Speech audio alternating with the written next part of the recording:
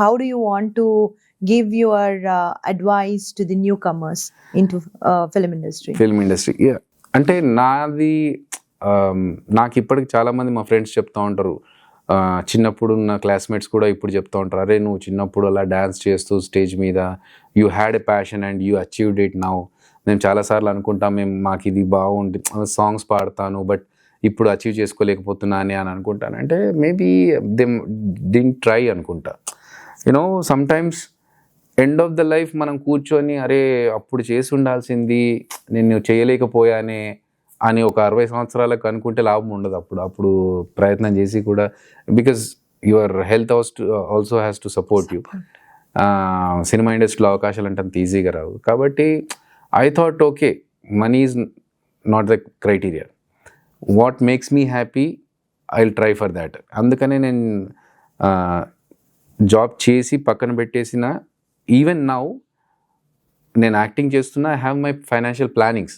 So what I'm trying to say is, passion ఉండి సినిమాల్లోకి రావాలి, యాక్టింగ్ చేయాలనే కోరిక ఉంటే డెఫినెట్గా చేయాలి, కానీ ప్లాన్ బి కూడా రెడీగా పెట్టుకోవాలి. అదేంటి అంటే we should have our financial backup plan.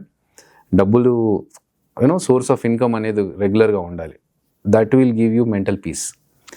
So అంటే నాకు కోట్లు ఉండాలని చెప్పట్లేదు, మనకు నెలకి మెయింటెనెన్స్ ఖర్చులు వెళ్ళిపోయి ప్రశాంతంగా ఉండి ఇంకొకటి ముందు చేయి చాపకుండా ఉంటే చాలు.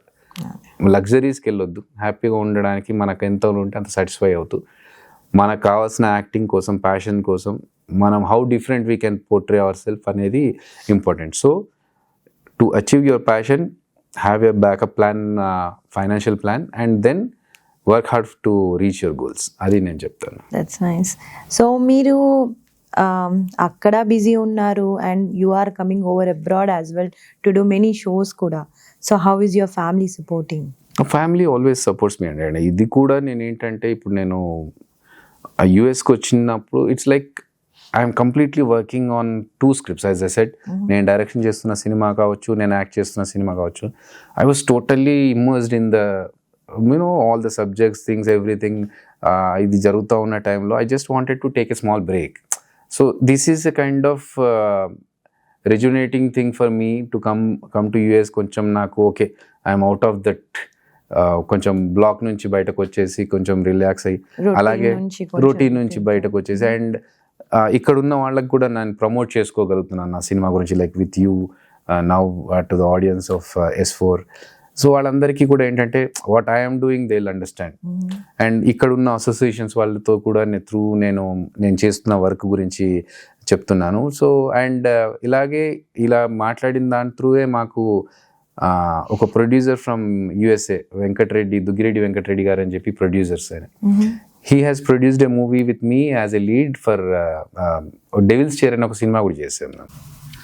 సో రీసెంట్గా యుఎస్ నుంచి ఒక ప్రొడ్యూసర్ వెంకటరెడ్డి దుగ్గిరెడ్డి గారు అని చెప్పి ఆయన, he produced a film, that is the your end motto. కాబట్టి నీకు అందులో సంతోషం అనిపిస్తే leave your job, try for more movies అని చెప్పేసి చెప్పడం జరిగింది. So basically US shows are really helping you too. Everything, not only US shows, even TV shows or whatever I'm planning. అంటే అక్కడ ఏది చేస్తున్నా దాంట్లో ఒక ప్లస్ పాయింట్ ఉండాలి అని మనం చేసే స్ట్రగుల్ కూడా అలాగే ఉంటుంది. ఇప్పుడు యూఎస్కి వచ్చినప్పుడు నేను ఓన్లీ ఈవెంట్ చేసుకొని వెళ్ళిపోతే నేను చేస్తున్న సినిమాల గురించి మీకు తెలియకుండా పోతుంది. సో ఇక్కడికి వచ్చినప్పుడు I'm meeting people, I'm telling what I'm doing, so that you are also kind enough to promote what I'm doing. Mutual.